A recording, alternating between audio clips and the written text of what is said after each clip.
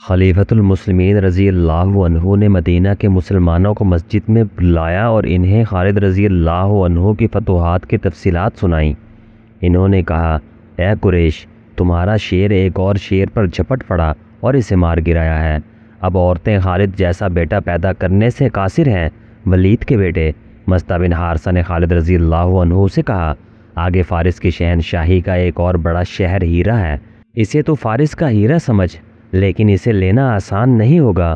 ہاں حارثہ کے بیٹے، خالد رضی اللہ عنہ نے کہا، امینیشیا کی تمام فوج اور تمام عیسائی جوان ہیرا پہنچ گئے ہیں، وہ سب ہمارے مقابلے میں آئیں گے، انہیں مقابلے میں آنا چاہیے۔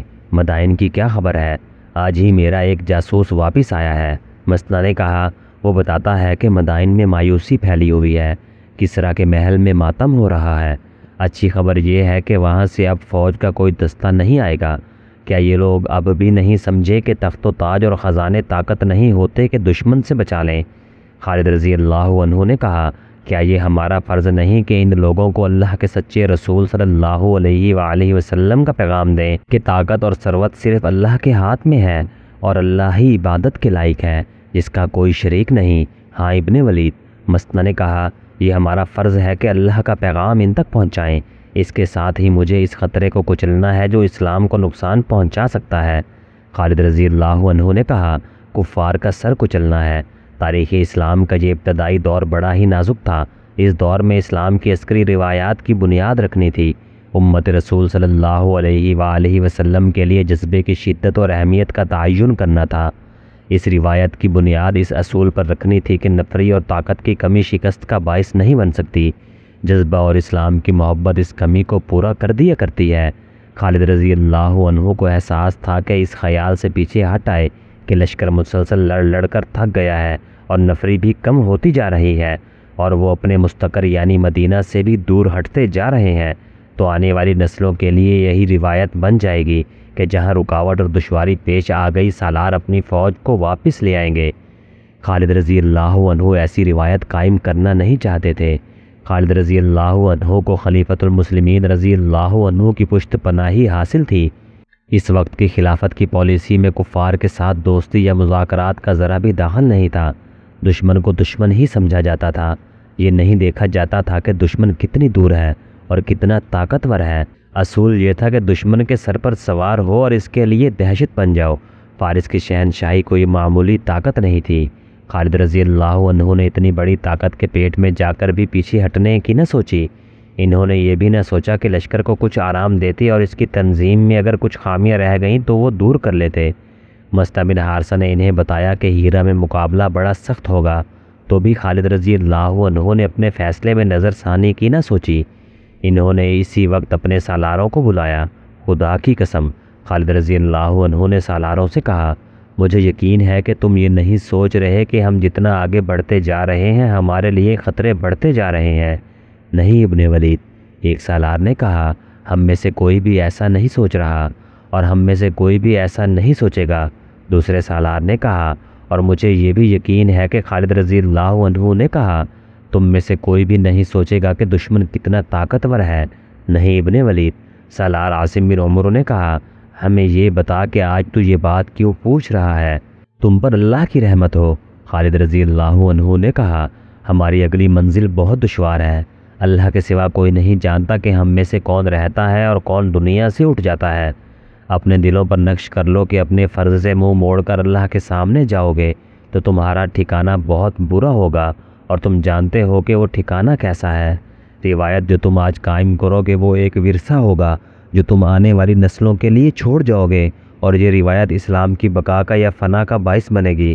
ہمیں اسلام کی بقا اور سربلندی کے لیے لڑنا ہے۔ قرآن کا حکم یاد کرو کہ لڑو اس وقت تک جب تک کفار کا فتنہ موجود ہے، اور دشمن کو معاف اس وقت کرو جب وہ ہتھیار ڈال کر تمہارے آگے جھک جائے۔ پھر اس سے وہ شرطیں منواؤ کہ اس کا ڈنک مارا جائے اور اس کا دل رسول اللہ صلی اللہ علیہ وآلہ وسلم کے شدائیوں کے خوف سے کانپتا رہے۔ اپنے سالاروں کے جذبے میں نئی روح پھونک کر خالد رضی اللہ عنہ نے انہیں بتایا کہ آگے آتش پرستوں کا بڑا مضبوط فوجی اڈہ ہیرا ہے، جہاں کے حاکم ازادمہ نے بہت بڑا لشکر جمع کر رکھا ہے۔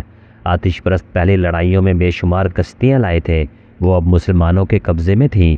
خالد رضی اللہ عنہ نے اپنے لشکر کو کشتیوں میں ہیرا تک لے جانے کا فیصلہ کیا۔ دریائی راستہ آسان تھا اور چھوٹا بھی۔ یہ پہلا موقع تھا کہ ریگزاروں میں لڑنے والے دریاؤں کے سینے پر سوار ہوئے۔ کشتیوں میں سوار لشکر کی حفاظت کے لیے خالد رضی اللہ عنہ نے یہ انتظام کیا کہ دریا کے دونوں کناروں پر 100-150 سواروں کو رکھا، جنہیں کشتیوں کے ساتھ ساتھ جانا تھا۔ فتح اور نصرت سے سرشار لشکر جذبے اور اسلام کی محبت کے جوش سے دریائے فرات کے سینے پر چلا جا رہا تھا۔ جنگی ترانے کی ایک گونج تھی جو فرات کے پانی پر وجد طاری کر رہی تھی۔ پھر یہ جنگی ترانہ کلمہ طیبہ میں بدل گیا۔ 18,000 مسلمانوں کی آواز، ایک عزم، ایک جذبہ، ایک تھا۔ ان کے دلوں میں ایک اللہ اور ایک رسول صلی اللہ علیہ وآلہ وسلم کا عشق تھا۔ دشمن سویا ہوا نہیں تھا۔ ہیرا کا حاکم عزادبہ راتوں کو بھی سوتا نہیں تھا۔ ہیرا میں یہ خبر نہیں پہنچنے دی گئی تھی کہ شہنشاہ فارس اردشیر مر گیا ہے۔ وہ ابھی تک ہر بات اور ہر حکم میں اردشیر کا نام لیتا تھا۔ عزادبہ اس روز ہیرا کی شہر پناہ کا معائنہ کر رہا تھا۔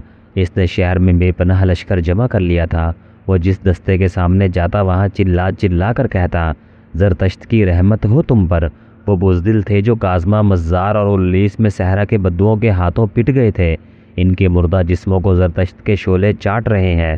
اے یسوع مسیح کے نام لیواؤ، تم ہمارے ساتھ کندھے سے کندھا ملا کر مسلمانوں کے خلاف لڑنے آئے ہو۔ یاد کرو اپنی ان بیٹیوں کو جو لوڑیاں بن کر مدینہ پہنچ گئی ہیں۔ یاد کرو ان جوان بیٹوں کو جن کے مردہ جسموں کا گوشت بھیڑیے، گیدڑ اور گوشت خور پرندے کھا گئے ہیں، اور انہیں بھی جو قیدی ہو کر مدینہ والوں کی غلامی میں جا پڑے ہیں۔ مسلمان فتح کے نشے میں بے خطر بڑھے آ رہے ہیں۔ ان کے لیے ایسا خطرہ بن جاؤ کہ زندہ واپس نہ جا سکے۔ شہنشاہ فارس اردشیر تمہیں خود مبارکباد دینے آئیں گے، تمہیں انعام و اکرام سے مالا مال کر دیں گے۔ شہر پناہ اور برجوں کے معائنے کے دوران اس نے دیکھا دور ایک گھڑ سوار گھوڑے کو انتہائی رفتار پر دوڑاتا آ رہا تھا۔ دروازہ کھول دو، عزادبہ چلایا، یہ سوار امینیشیا کی طرف سے آ رہا ہے۔ کئی آوازیں سنائی دی، دروازہ کھول دو، سوار کو آنے دو۔ عزادبہ بڑی تیزی سے دیوار سے اتر گیا۔ سوار کے پہنچنے تک دروازہ کھول دیا گیا۔ سوار رفتار کم کیے بغیر اندر آ گیا۔ عزادبہ گھوڑے پر سوار تھا۔ اس نے گھوڑے کو ایڑ لگائی اور آنے والے سوار کی طرف گیا۔ دونوں گھوڑے پہلو بہ پہلو رک گئے۔ کوئی خبر؟ عزادبہ نے پوچھا۔ وہ آ رہے ہیں، سوار نے ہانپتی ہوئی آواز میں کہا۔ سارا لشکر کشتیوں میں آ رہا ہے۔ وہ خالد رضی اللہ عنہ کے لشکر کی پیش قدمی کی خبر دے رہا تھا۔ کشتیوں میں؟ عزادبہ نے پوچھا۔ بند سے کتنی دور ہیں؟ بہت دور، سوار نے جواب دیا۔ ابھی بہت دور ہیں۔ عزادبہ کا بیٹا سالار تھا۔ عزادبہ نے اپنے بیٹے کو بلایا۔ کسی بھی تاریخ میں اس کے بیٹے کا نام نہیں ملتا، اسے عزادبہ کا بیٹا ہی لکھا گیا ہے۔ آج تیری آزمائش کا وقت ہے میرے بیٹے، عزادبہ نے کہا۔ ایک سوار دستہ ساتھ لے اور طوفان سے زیادہ تیز رفتار سے بند تک پہنچ اور فرات کا پانی اس طرح پی لے کہ فرات سوکھ جائے۔ مسلمانوں کا لشکر کشتیوں میں آ رہا ہے، دیکھ تو پہلے پہنچتا ہے یا مسلمان؟ اس کا بیٹا ایک سوار دستہ لے کر بہت تیز رفتار سے شہر سے نکل گیا۔ خالد رضی اللہ عنہ کا لشکر بڑی اچھی رفتار پر آ رہا تھا۔ چونکہ وہ بارش کا موسم نہیں تھا اس لیے دریا میں پانی کم تھا، لیکن کشتیوں کے لیے کافی تھا۔ اچانک پانی کم ہونے لگا، پھر پانی ختم ہو گیا اور تمام کشتیاں کیچڑ میں پھنس کے رہ گئی۔ مدینہ کے مجاہدین پر خوف طاری ہو گیا۔ دیکھتے ہی دیکھتے دریا کا خشک ہو جانا خوف والی بات تھی۔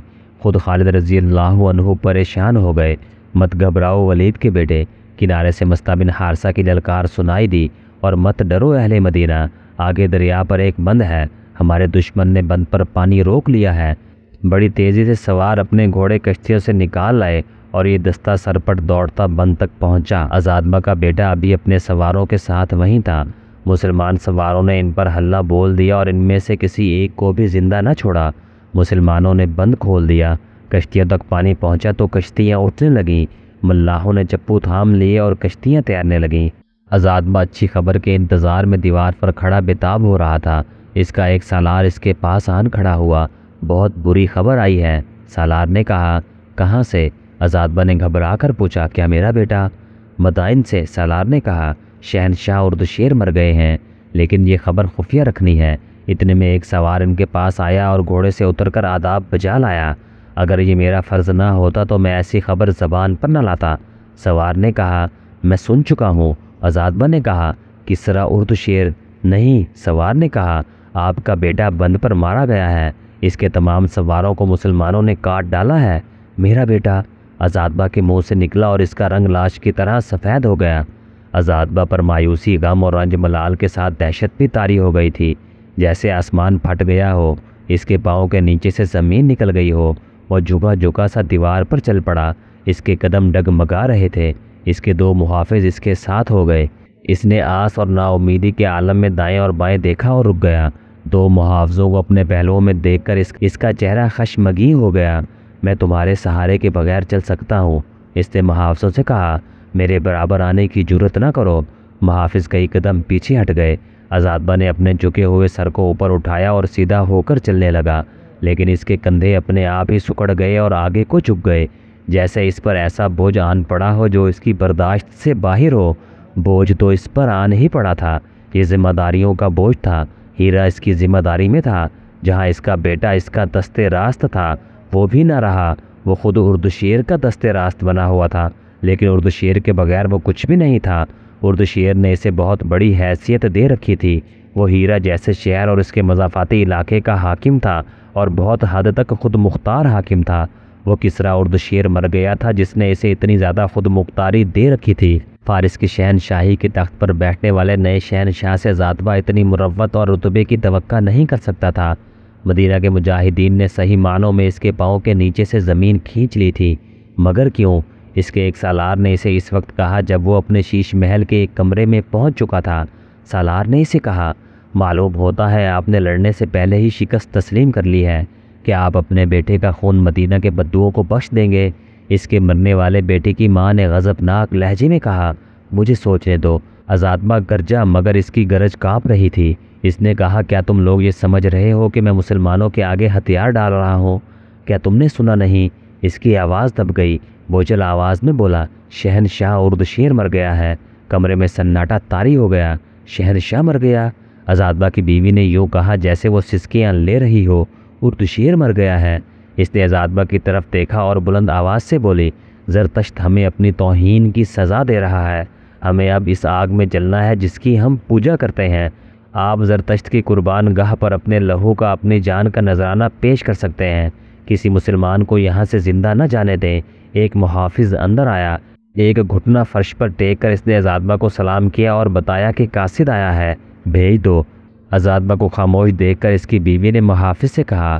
محافظ کے جاتے ہی ایک سپاہی اندر آیا اور اس نے بھی ایک گھٹنا فرش پر ٹیک کر سلام کیا۔ آزادبہ نے اداس نگاہوں سے اس کی طرف دیکھا۔ مدینہ والوں کی کشتیاں بند سے بہت آگے نکل آئی ہیں۔ قاصد نے کہا، ان کی رفتار تیز ہے، لشکر کی تعداد کتنی ہوگی؟ آزادبہ نے پوچھا۔ ہم سے آدھی بھی نہیں سالار عالی مقام، قاصد نے جواب دیا۔ میرے اندازے کے مطابق 20,000 پوری نہیں، ہم انہیں اپنے گھوڑوں کے سموں تلے کچل ڈالیں گے۔ سالار نے کہا، سالار اعلیٰ حکم دیں، ہم فرات میں ان پر تیروں کا مینہ برسا دیں گے۔ اس کی کشتیاں ان کی لاشوں کو واپس لے جائیں گی۔ تیروں کا مینہ برسانے سے پہلے دریا کے کنارے تک پہنچنے کے لیے ایک لڑائی لڑنی پڑے گی۔ قاصد نے کہا، ان کے بہت سے گھڑ سوار دریا کے دونوں کناروں پر کشتیوں کے ساتھ ساتھ آ رہے ہیں۔ میں نے یہ بھی معلوم کر لیا ہے کہ ان سواروں کا کماندار مسنہ بن حارثہ ہے اور زیادہ تر سوار فارس کی شہنشاہی کے مسلمان باشندے ہیں، اور جن کشتیوں میں وہ آ رہے ہیں وہ ہماری فوج کی کشتیاں ہیں۔ یہ ان بزدلوں کی کشتیاں ہیں جو مسلمانوں سے شکست کھا کر بھاگے تھے۔ آزادبہ نے کہا، انہوں نے ایسے دشمن کے لیے راستہ صاف کر دیا جو بہت کمزور تھا۔ مدینہ کے ان عربوں کو ہم نے کبھی پلے نہیں باندھا تھا، ہم آج بھی انہیں کمزور سمجھتے ہیں۔ سالار نے کہا، سالار عالی مقام، میں حکم کا منتظر ہوں، مجھے بتائیں مسلمانوں کو کہاں روکنا ہے، یا آپ قلعے میں بند ہو کر لڑنا چاہتے ہیں؟ اگر میں کہوں کہ میں لڑنا ہی نہیں چاہتا، آزادبہ نے کہا، تو تم لوگ؟ ہم لوگ تسلیم ہی نہیں کریں گے، آپ نے ایسی بات کہی ہے۔ سالار نے کہا، اس وقت آپ شہنشاہ اردشیر اور اپنے بیٹے کی موت پر اتنے زیادہ مغموم ہیں کہ آپ اچھی طرح سوچ بھی نہیں سکتے۔ اس غم کے باوجود ہمیں سوچنا پڑے گا، آزادبہ کی بیوی نے کہا، اور بڑی تیزی سے سوچنا پڑے گا۔ ہمارے پاس فوج کی کمی نہیں، کسی چیز کی کمی نہیں۔ عیسائی عرب ہمارے ساتھ ہیں، ہم نے خود انہیں یہاں اکٹھا کر لیا ہے کہ مسلمانوں کو ہیرا سے آگے نہ بڑھنے دیا جائے اور انہیں یہی ختم کر دیا جائے۔ ہاں، ہمارے پاس فوج کی کمی نہیں، آزادبہ نے کہا، لیکن کوئی کمی ضرور ہے جس کی وجہ سے ہم ہر میدان میں شکست کھا رہے ہیں۔ میں اپنے پیچھے اپنے نام کے ساتھ شکست کی تہمت چھوڑ کے نہیں جاؤں گا۔ میں فتح حاصل کرنے کا اور کوئی طریقہ سوچوں گا۔ میں مدائن جاؤں گا اور دیکھوں گا وہاں کے حالات کیا ہیں۔ یہ بھی دیکھنا ہے کہ شہنشاہ اردشیر کے مرنے کے بعد ہمیں کوئی مدد دینے والا بھی ہے یا نہیں۔ نہیں سالار اعلیٰ، اس کے سالار نے کہا، ابھی مدائن نہ جائیں، دشمن سر پر آ گیا ہے۔ کیا تم مجھ سے زیادہ بہتر جانتے ہو؟ عزادمہ نے غصیلی آواز میں کہا، کیا تم یہ سوچ رہے ہو کہ میں بھاگ رہا ہوں؟ جو میں سوچ رہا ہوں وہ تم نہیں سوچ سکتے۔ مجھے یہ دیکھنا ہے کہ ہماری فوج میں وہ کون سی کمزوری ہے جو ہر میدان میں ہماری شکست کا باعث بنتی ہے۔ کیا تم اس پر غور نہیں کر رہے کہ ہرمز جیسا جنگجو مسلمانوں کے ہاتھوں مارا گیا؟ انوشجان اور قباس معمولی قسم کے سالار نہیں تھے۔ اندرغرض کو کیا ہو گیا تھا؟ جابان کدھر گیا؟ مجھ سے فیصلہ کن جنگ اور فتح کی کیوں توقع کی جا رہی ہے؟ میں لڑوں گا، لیکن سوچ سمجھ کر۔ تمام سالار اور نائب سالاروں کو بلاؤ۔